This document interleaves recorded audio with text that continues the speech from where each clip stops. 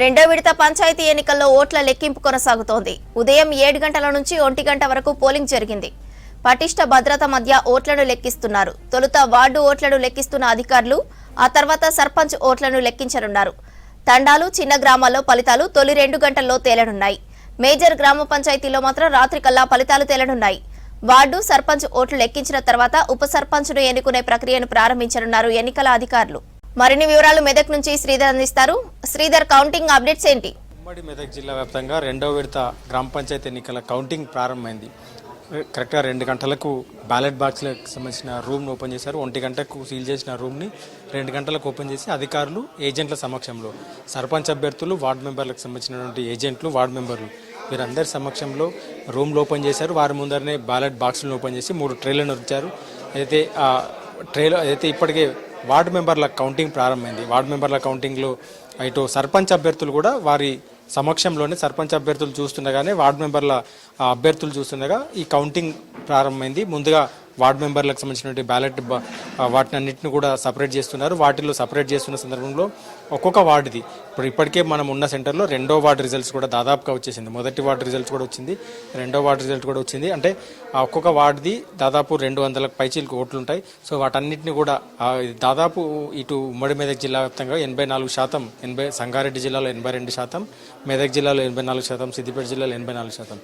So ఇట్లా 84% పైగా ఈ ఓటింగ్ నమోదైన సందర్భంగా దాదాపు ఈ కౌంటింగ్ కూడా ఈజీగా జరుగుతుంది. దాదాపు 3 ట్రేలలో 3 అభ్యర్థులు ఉంటే ఒక నోటా కావచ్చు, వీటన్నిటిపైన ట్రేల నుంచి ఒక్కొక్క బ్యాలెట్ని తీసి అభ్యర్థుల సమక్షంలోనే ఇటు సర్పంచ్ ఇందాక చెప్పుకున్నట్టు వార్డు మెంబర్ల సమక్షంలో వారికి చూపిస్తూ ఆ పింక్ కలర్ బ్యాలెట్ని వారికి ఇస్తున్నారు. వెంటనే రిజల్ట్స్ కూడా వారికి చెప్పి దాని తర్వాత అఫీషియల్ ప్రాసెస్ చేస్తున్నందుకు వారిని మరో రూమ్లో కావచ్చు, వారికి ఏదైతే కౌంటింగ్ రూమ్ నుంచి పక్కకు తీసుకెళ్తున్నటువంటి పరిస్థితి ఉంది. సో ఇట్లా వార్డు మెంబర్లది ఒక్కొక్కటిగా జరుగుతుంది.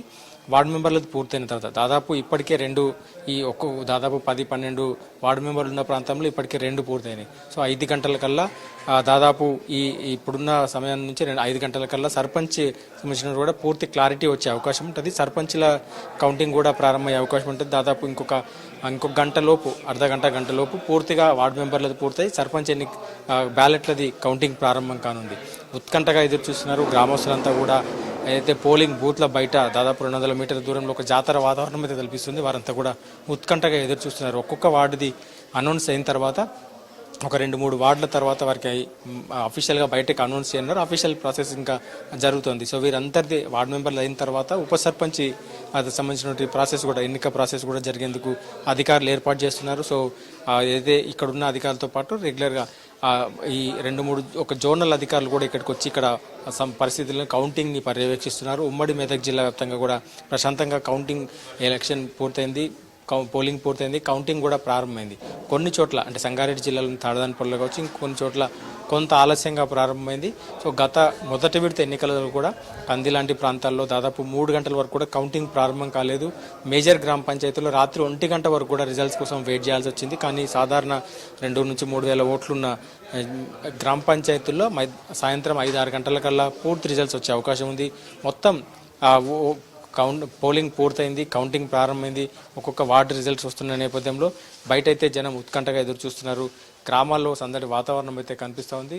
మరికొద్ది సేపట్లో ఉమ్మడి మెదక్ జిల్లా వ్యాప్తంగా పూర్తి వివరాలు కూడా వచ్చే అవకాశం ఉంటుంది, సర్పంచ్ల విషయంలో కావచ్చు, వీటన్నిటిలో. సో మొదటి విడతలో పూర్తిగా కాంగ్రెస్ అభ్యర్థుల హవా అయితే కనిపించింది. దాదాపు మేజర్ స్థానాల్లో కూడా బీసీల విషయంలో కావచ్చు, బీసీ వాదం కావచ్చు, కాంగ్రెస్ హవా కనిపించడం కావచ్చు, వీటన్నిటి నేపథ్యంలో రెండో విడతలో ఎట్లాంటి రిజల్ట్స్ ఉన్నాయంటే కూడా ఉత్కంఠగా ఎదురు చూస్తున్నారు. ఇక్కడ ప్రధానంగా ఉమ్మడి మెదక్ జిల్లాలో ఇక్కడ సిద్దిపేట కావచ్చు, సంగారెడ్డి కావచ్చు, వాటిల్లో సిద్దిపేట జిల్లాలో మొదటి విడతలో మాజీ సీఎం కేసీఆర్ నియోజకవర్గం గజ్వేల్ డివిజన్లో ఎన్నిక జరిగింది. అక్కడ కూడా కాంగ్రెస్ గట్టి పట్టు సాధించినటువంటి పరిస్థితి కనిపిస్తూ ఉంది. రెండో విడతలో ఇప్పుడు ప్రస్తుతం రిజల్ట్స్ వస్తున్నాయి. ఇటు అయితే రెండో విడతలో ఏదైతే సిద్దిపేట సంబంధించినటువంటి రిజల్ట్స్ కావచ్చు, వీటన్నిటిని చూస్తున్నారు. సిద్దిపేట నియోజకవర్గం మాజీ మంత్రి హరీష్ రావు నియోజకవర్గం కావచ్చు, వీటన్నిటిలో కూడా ప్రస్తుతం కౌంటింగ్ అయితే స్టార్ట్ అయింది. అక్కడ కూడా రిజల్ట్స్ కోసం అయితే ఎదురు చూస్తున్నటువంటి పరిస్థితి ఉంది. సో ఓవరాల్గా ఇటు సంగారెడ్డి జిల్లా కావచ్చు, ఇటు మొత్తంగా ఈ కౌంటింగ్ అయితే ప్రారంభమైంది. ఒక్కొక్కటిగా వార్డు మెంబర్ల ఫలితాలు కూడా వస్తున్నాయి.